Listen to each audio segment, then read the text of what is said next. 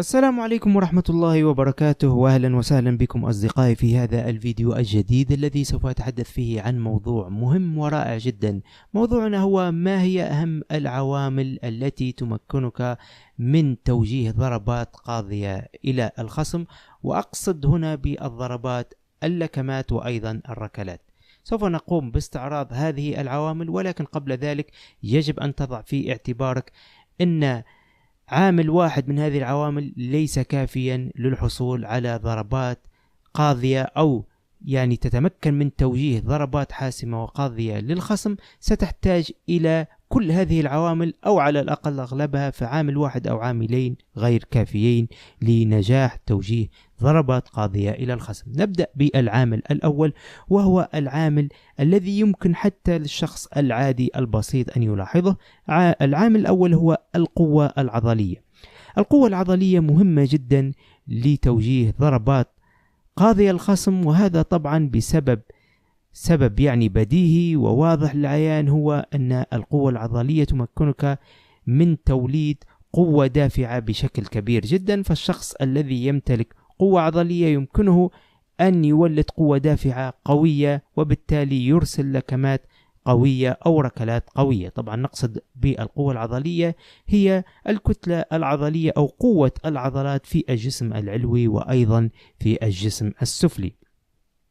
أعيد مرة أخرى، هذا العامل لوحده غير كافي لتوجيه ضربات قاضية، ولكنه عامل حاسم وأساسي حتى تتمكن من توجيه ضربات قوية.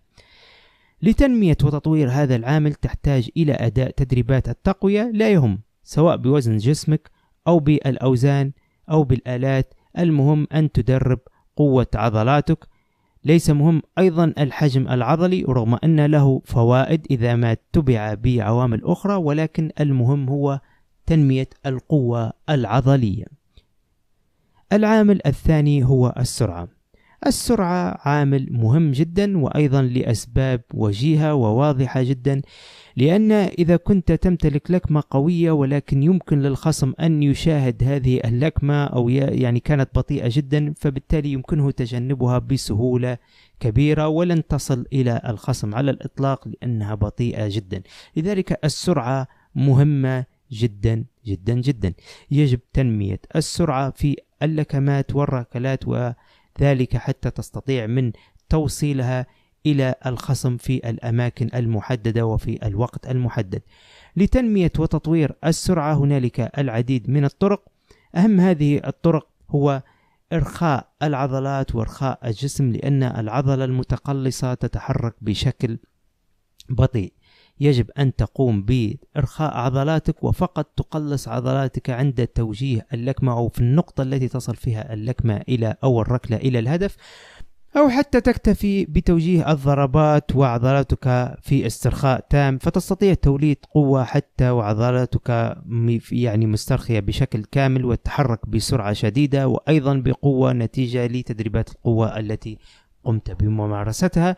فالسرعة مهمة جدا، ولتنميتها كما قلنا أول شيء الاسترخاء، ثانيا التكرار الكبير والشديد لتقنيات الركلات واللكمات بشكل كبير جدا. أيضا يمكنك استخدام دمبلز خفيف جدا جدا أو وزن خفيف جدا تضعه في يديك وتقوم باللكم بسرعة، بسرعة بأقصى سرعة ممكنة. هنالك العديد من الطرق، أهمها إرخاء العضلات وتكرار التقنيات بأعداد كبيرة جدا. نأتي إلى العامل الثالث المهم جدا، وهو التركيز. يجب عليك أن تكون في حالة تركيز شامل وكامل عند أدائك للضربة التي تريد أن تقضي بها على خصمك، لأنك إذا كنت تفكر في أمور أخرى أو مشتت لن تتمكن من توجيه الضربات بشكل دقيق وسليم.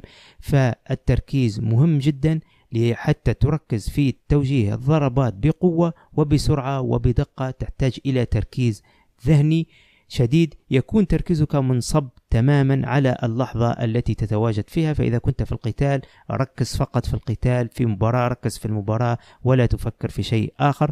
إذن العامل الثالث المهم لأداء ضربات أو توجيه ضربات قاضية هو التركيز.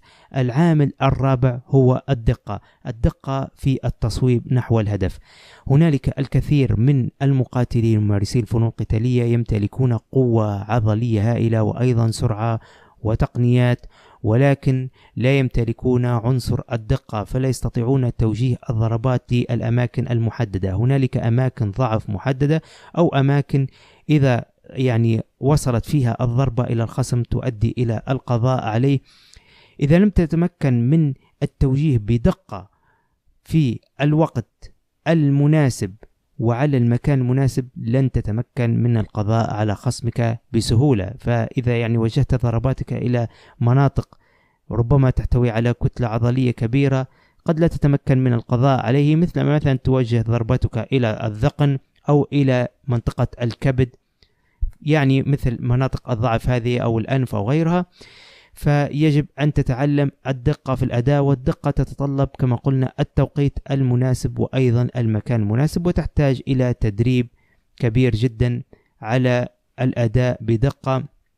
وذلك تستطيع التدرب على دقة عن طريق وسائد تدرب على وسائد اللكم أو التدرب مع خصمك على التقنيات التي تكون قد درستها سابقا وهو يعلم أنك تريد أن تضرب في هذا المكان ويحاول أن يحمي، وهكذا. مثل هذه الأمور تساعدك في التدريب على الدقة. إذن التدرب على وسائد اللكم بسرعات مختلفة وفي أماكن مختلفة، وأيضا التدريب في قتال مدروس مسبقا أو قتال محدد مسبقا مع الخصم يساعدك كثيرا في التدرب على دقة توجيه الضربات. إذن القوة العضلية، السرعة، التركيز، الدقة، ويأتي العامل الخامس وهو أيضا عامل تكلمنا عنه كثيرا وهو عامل بديهي، ولكن سوف نعيد ونكرره، وهو عامل الأداء التقني السليم. فإذا كنت تمتلك كل العوامل السابقة ولكن لا تمتلك الأداء التقني السليم لن تتمكن من إرسال أو توليد القوة المناسبة، وذلك باستخدام وزن جسمك بالكامل وراء الركلة أو اللكمة، ولن تتمكن من أدائها بسرعة، ولن تتمكن أيضا من أدائها بدقة متناهية. لذلك يجب عليك تعلم التقنيات بشكل سليم، وإلا ضاعت كل مجهوداتك.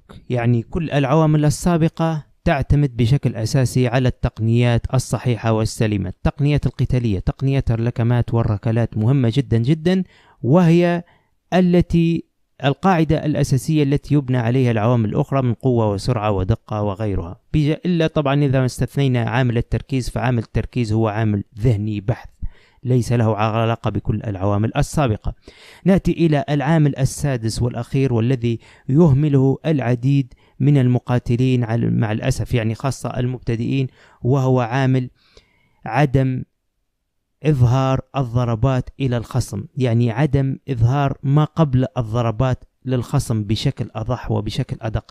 ماذا أعني بذلك؟ عندما مثلا توجه لكمة حاول أن لا تظهر للخصم أنك تريد أن توجه لكمة مستقيمة، وذلك مثلا لا تحاول القيام بحركات زائدة عن الحاجة تظهر فيها الخصم أنك تريد أن تلكمه لكمة مستقيمة، مثل أن ترفع كتفك بشكل معين أو تدير رأسك. أيضا إذا كنت تريد أن تركل مثلا بطريقة معينة لا تحرك جسمك بالكامل، لا تميل جذعك يمينا أو يسارا، حاول رفع الركبة والضرب. وفي وقت الضرب هنا يمكنك تحريك حوضك وجذعك، ولكن دائما حاول إيهام الخصم بأنك لا تضرب.